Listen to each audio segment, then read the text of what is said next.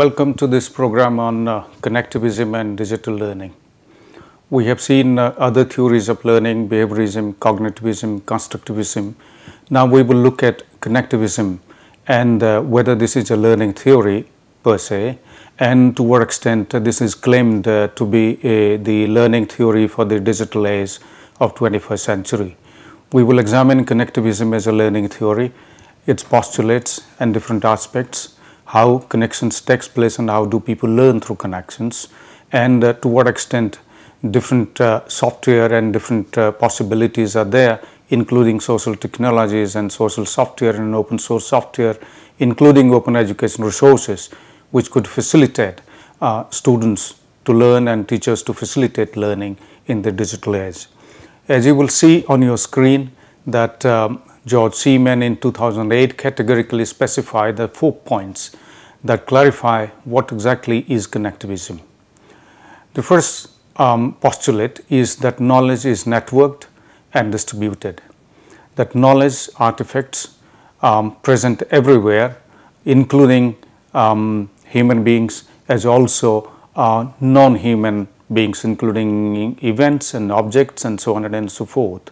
That knowledge is available through networked fashion, and different nodes they join together to contribute to that knowledge source and information source and stock of information, which is constantly changing.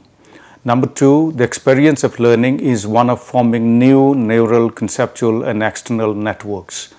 That as long as, that's what constructivism would say, that each individual is unique and each individual learns the way that one relates one's cognitive structure to the available resources and events and processes available in community practice, and therefore individuals differ in their learning.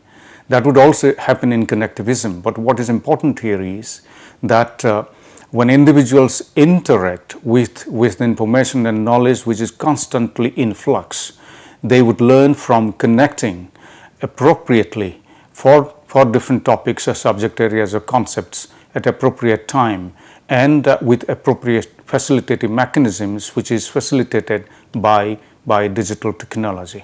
Because information and knowledge and content in different networks are basically connected through digital technologies, and therefore the external networks which facilitate students to learn, and therefore it will be more sort of an external activity.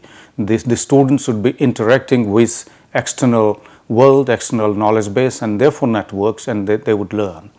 And number three, that this occurs in a complex, chaotic and shifting spaces. What does it mean is that knowledge is constantly changing, information is in flux, and therefore all the technological artifacts which will be joining together the nodes and therefore the networks, the knowledge and information is constantly changing, and knowledge and information is becoming complex day by day, and they're becoming more chaotic, and therefore even if you Google, unless there is a strong filtering mechanism, you would end up with millions of content that you have to choose, and therefore the chaotic situation in different complex organizations of teaching and learning in social science, literature, engineering and technology, and so on and so forth.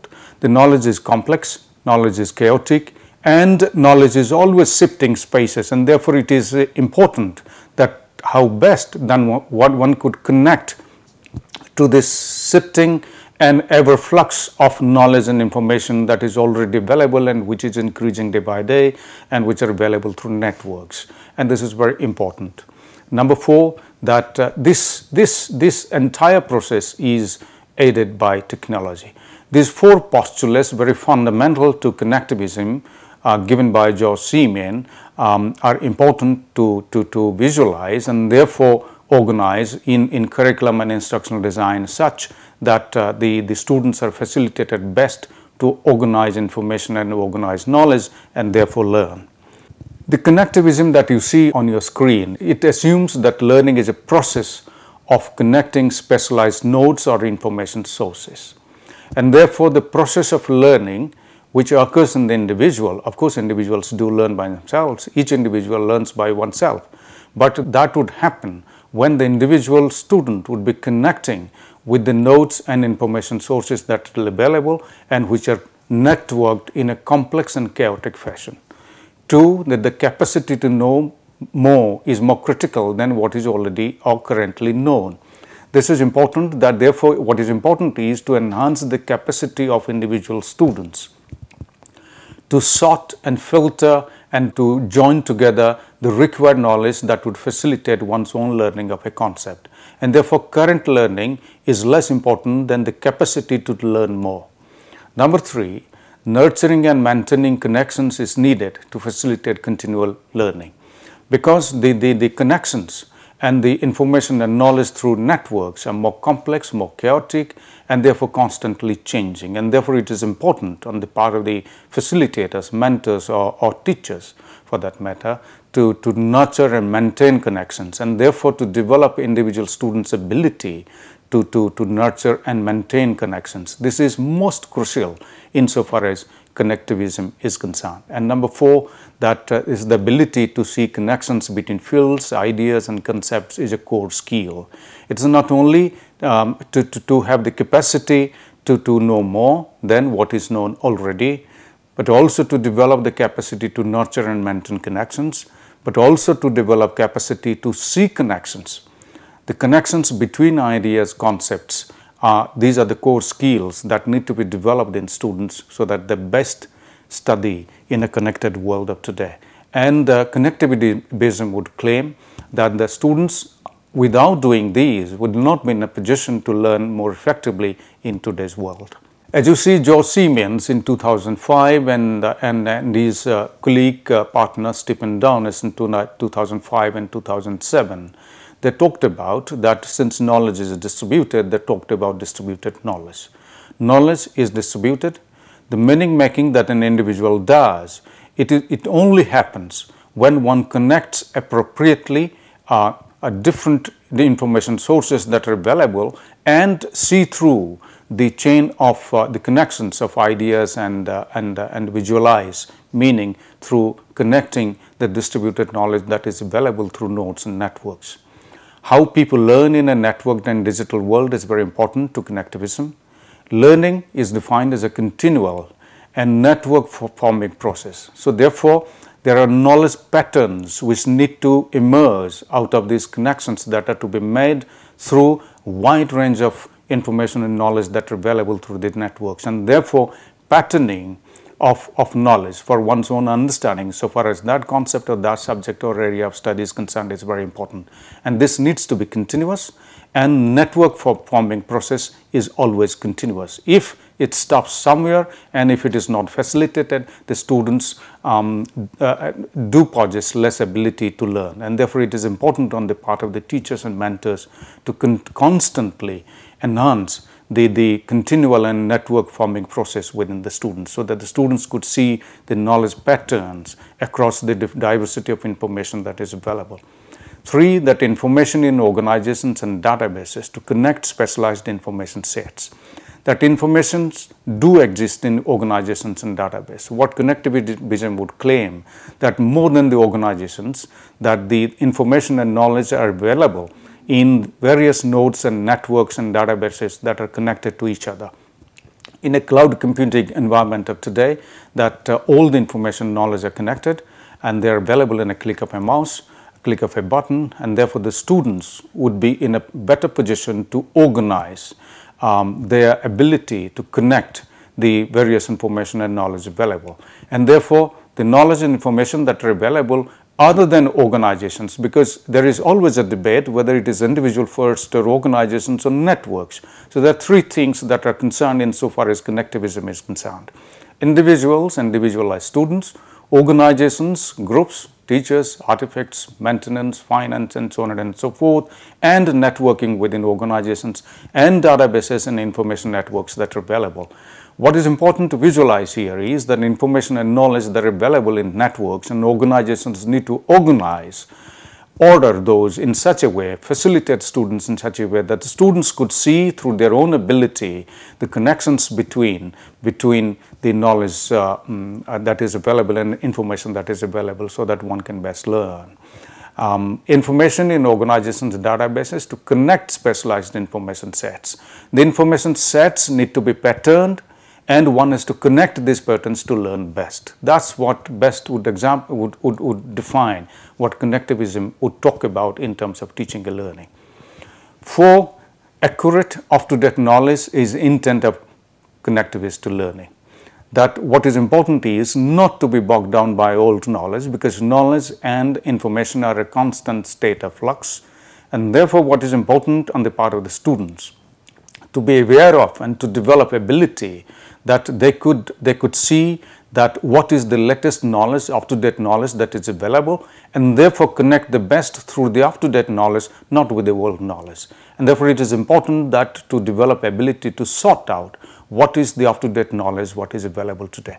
And finally, meaning of information or incoming information is seen through shifting reality, and therefore decision making is very important in learning. Therefore it is important to develop the student's ability for correct decision making, because decision making itself is learning, that one must learn how to make decisions.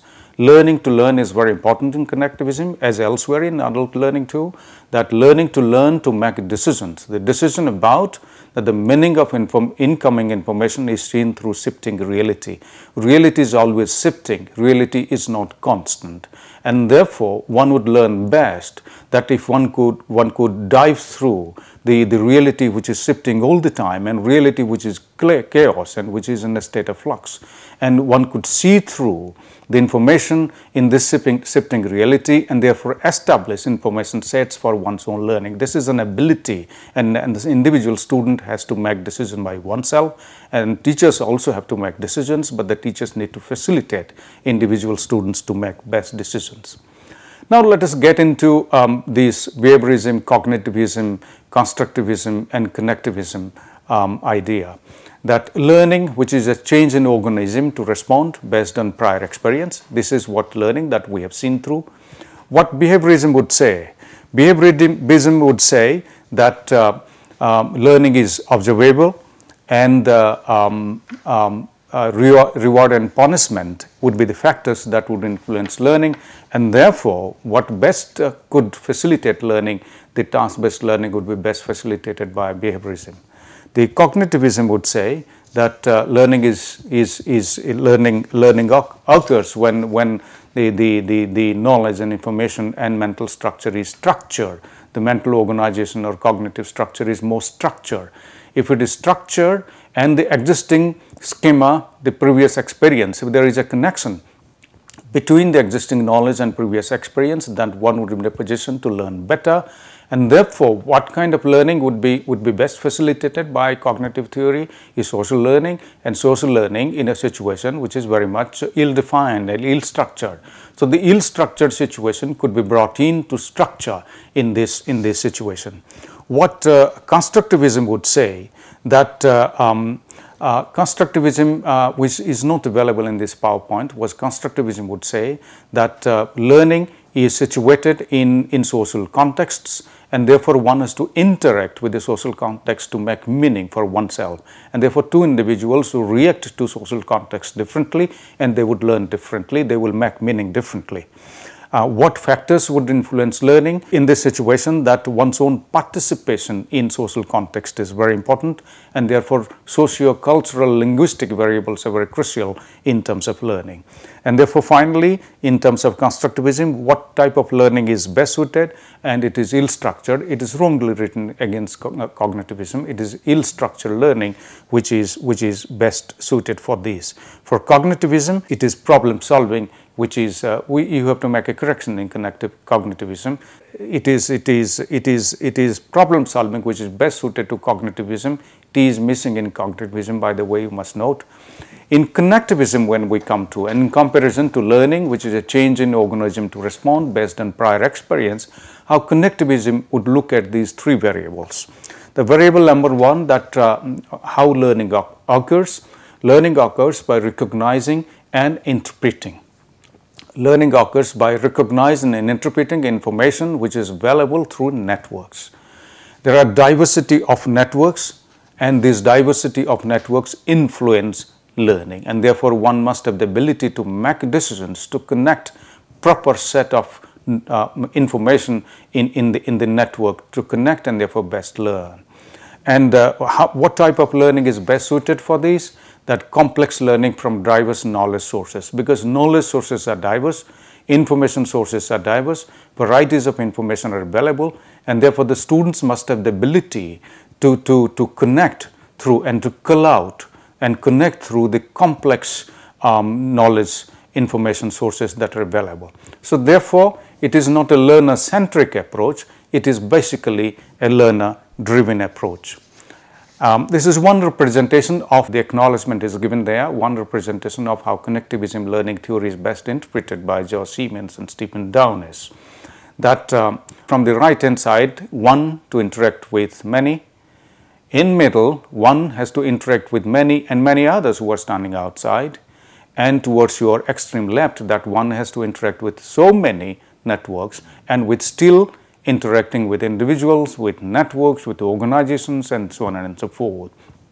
All these are in a constant state of flux, and therefore one has to make meaning by culling out the best information which we joining together could facilitate one's own learning, and therefore decision making, as I earlier said, was very important, and capacity to learn is extremely essential to connectivism. What you see here under 5 parameters, there are comparisons between connectivism, cognitivism, constructivism, and connectivism. So behaviorism, cognitivism, constructivism, and connectivism, these comparisons that you can read out, which I have already explained, and are based on 3 variables, that how learning occurs, and what factors influence learning, and what kind of learning could best suit what kind of theory that is available to us. This is one representation from a Priti Singh blog that you can get into and learn more, and that's what is representing, that what kind of different social technologies, social network, open source technologies, open education resources, all these that are available today to us free of cost, how best to connect across all of these so that one can best cull out the sets and joining them together to learn that concept better. And therefore, individual capacity and teachers' capacity to cull out and to connect and to make meaning is very important. This PowerPoint simply tells us that these available social technologies and social networks that are available, and social technologies and networks are the powerhouse of information and knowledge, and therefore one must have the ability to cull out and to dig out and to meaning, in fact to filter and to make meaning out of the information that is available insofar as a particular concept of learning is concerned or subject area of study is concerned. The mind map that could be developed for connectivism, this was developed in Walden University, and Michel's Connectivism network, which is in front of you, is on the one hand, there are workplaces where these forums and whiteboards and all kinds of blogging and wikis, they're available, tutorials, simulations, emails, they're available in workplace, which could facilitate information processing or digging out, filtering information and connecting the information to make meaning. On the other hand, to your left hand side, that the university could also provide emails, blogs and Skype and so on and so forth, discussion forums, podcasts, wikis, LinkedIn, Facebook, and all kinds of, these are all personal. So university has its own Skype, blogs, emails and so on and so forth. Workplace has its own forums and whiteboards and tutorials, blogs and wikis, as also the personal individual has its own connection through Facebook, through wikis, through LinkedIn, through tablets, through Kindle, through emails. So therefore, connecting the personal with the university or the organization or the institution and also the workplace. So the red color would mean the workplace, the orange color is the institution, and the purple color is the personal. So the personal network, institutional network and workplace network, they all join together. You could still expand this mind map of connectivism still in more detailed way, but this PowerPoint broadly represents that what could be connected in a learning context. In professional development more particularly, the personal, institutional and the workplace must be connected. So also in any kind of learning, because the workplace would be the actual application of learning once one gets into the world of work, and therefore the personal network must be connected with the institutional, and the institutional and personal must join in a surrogate way. In an online learning, virtual learning environment, they could be represented in a surrogate way, that the work environment could be represented as tasks, activities, problem solving activities and so on and so forth, as assignments, at field study and so on and so forth, so that one can after graduation immediately start applying knowledge. What is happening today and what online learning would facilitate more is the workplace learning, which is a surrogate representation in virtual learning environment, that we are teaching and learning concepts and so on and so forth in an abstract way, making meaning in a very intelligent, strategic, intelligent way, without any creativity put into that to apply knowledge. So therefore, any knowledge, including social science, literature and language and so on and so forth, they all need to be period by period in the timetable, in the curriculum and syllabus would be designed such that application must always take place. If knowledge and information are not applied, then certainly learning doesn't happen, or learning remains halfway through. It is halfway learning, and therefore what online learning, e-learning and these social networks, knowledge networks and information networks would facilitate is the application of knowledge in actual learning context, in actual workplace contexts. That you see on your PowerPoint on your screen is that this is an interpretation that the theoretical learning theories, behaviorism, cognitivism, constructivism, that we have already studied. What is important here is that there is a criticism that connectivism may not be a learning theory per se, but connectivism would facilitate. Connectivism is a derivation of constructivism, or in other words, connectivism is an extension of constructivism in digital world. That if you look at constructivism and apply to the present day digital world, that we are all connected, and without connections we cannot in fact live for a second. So therefore connectivism would extend constructivism to a digital world at the curriculum, syllabus and teaching learning level, rather than being a learning theory. This is what an interpretation of connectivism. However, George Seaman and Downes that connectivism itself is a learning theory. As the final PowerPoint for you to reflect, that what could be the critique of connectivism today? That whether this is a learning theory, or this is an approach to teaching, or this is just a digital extension of constructivism. What is being critiqued against connectivism or vis-a-vis connectivism is that it may not be a full learning theory as such, given that behavioristic, cognitivist and constructivist theories are well established, and they talk about so many aspects of teaching and learning, both individual, in social context and cultural context, in workplace context, and therefore it is important to consider connectivism as an approach to teaching. That's where it can be best suited for, if it is considered for designing curriculum, designing syllabus and teaching learning strategies. And therefore, if constructivism, all constructivist postulates could be extended to the digital world, that's where connectivism would best fit in. The curriculum theory would be best explained vis-a-vis connectivism.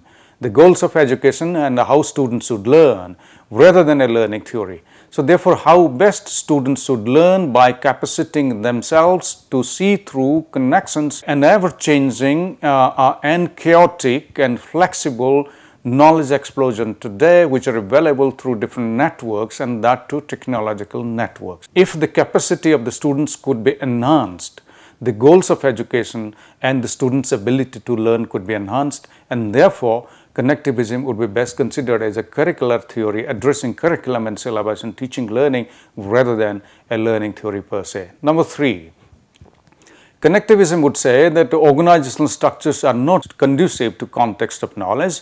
So people, information and knowledge are connected by wakes up context, culture and pre-connection. What meaning is coming out of this is that the organizational structures do have limitation insofar as knowledge and information are concerned. professors and mentors are certainly more limited than organizations insofar as the knowledge and information is concerned. So what is important is that the people as individuals, information that is available and knowledge that is available through these networks are to be connected by webs of networks. So web networking is very important. Information networking through these webs or networks are very important, and which must be applied in terms of one's own context, the culture, and the pre-connection and the pre-connected knowledge that is available in individual students. I recall what I had said earlier, that the individual students' capacity to learn and to connect and find out best through these host of information that is available, which is chaotic, is more important than what is known by individuals themselves. And finally, saying that we do not always construct. This is what connectivists would say, that all the time we are not constructing meaning within ourselves. Whereas the constructivist would say that each time, every time we interact with ourselves, we interact with others, we interact with the culture, we interact with community of practice. And therefore, each time we do make meaning, we construct knowledge within ourselves. This is defied by connectivism by simply saying all the time that we are not constructing knowledge, but we constantly connect. So therefore, construction of knowledge by interacting with social context by others is less important than constructing knowledge by connecting with the host of information that is available through networks. That's what connectivists would plead for. This may not be acceptable because they would say we do not always live in cognition, but we always live in sorting and filtering. This is a strong argument that is put up by connectivist theorists George Siemens and Downes, and they would argue that we do not always live in cognition. Whereas the cognitivist and constructivist would argue that we always live in cognition because our cognitive structure is ours, and all the time we are interacting within ourselves, with others, and with the community and the context. All the time we experience and we are changing our meaning of whatever we learn. But the connectivist would argue that all the time the cognition doesn't come to the fore.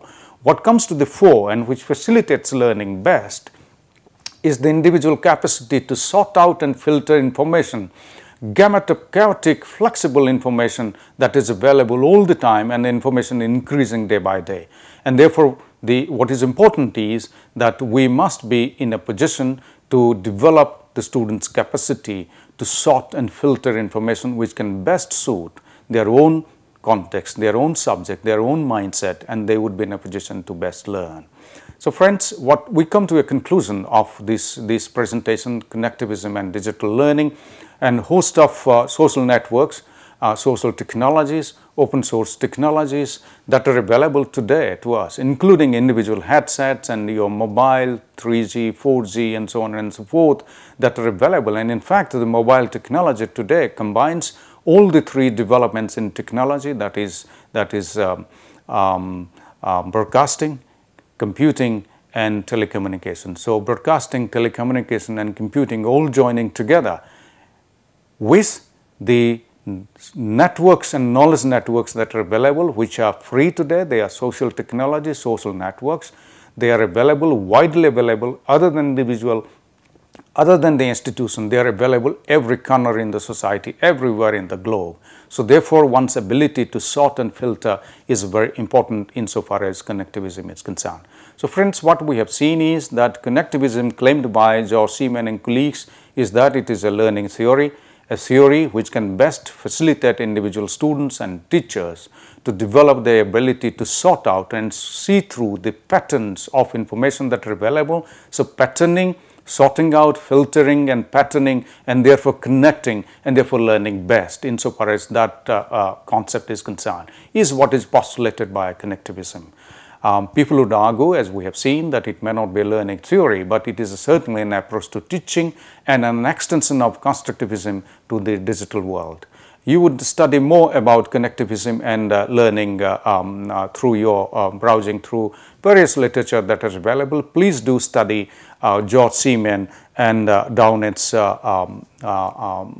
blogs and their original article on connectivism and human learning. Thank you very much indeed.